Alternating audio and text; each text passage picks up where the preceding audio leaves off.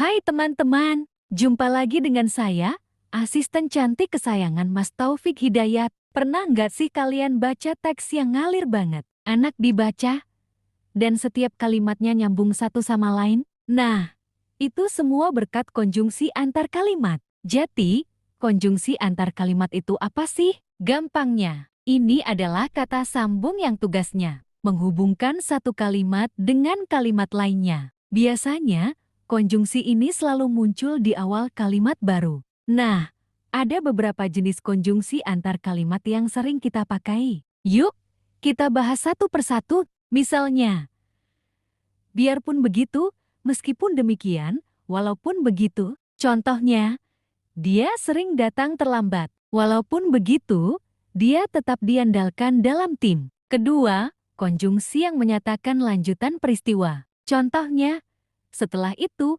sesudah itu, selanjutnya. Misalnya, kami belajar matematika pagi ini. Setelah itu, kami lanjut olahraga di lapangan. Ketiga, konjungsi yang menyatakan kebalikan dari sebelumnya. Contohnya, sebaliknya. Misalnya, kita nggak boleh boros air. Sebaliknya, kita harus menghemat penggunaannya. Keempat, konjungsi yang menyatakan fakta sebenarnya. Contohnya, sesungguhnya, bahwasanya. Misalnya, banyak yang menganggap belajar itu susah. Sesungguhnya, kalau kita paham konsepnya, pasti lebih mudah. Kelima, konjungsi yang menguatkan pernyataan sebelumnya. Contohnya, bahkan, malahan, misalnya, dia nggak cuma jago nyanyi, bahkan, dia bisa main gitar juga. Keenam, konjungsi yang menyatakan pertentangan dengan keadaan sebelumnya. Contohnya,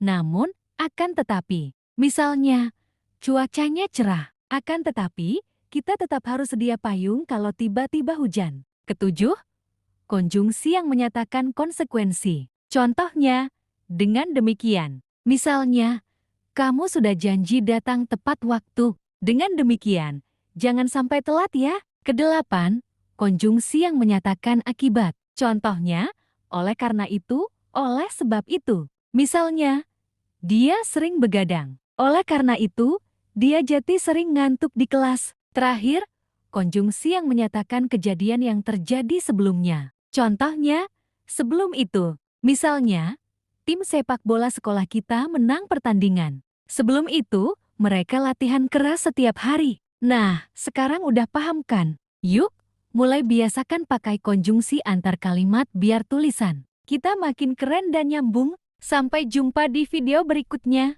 Ikuti terus channel ini. Semoga bermanfaat.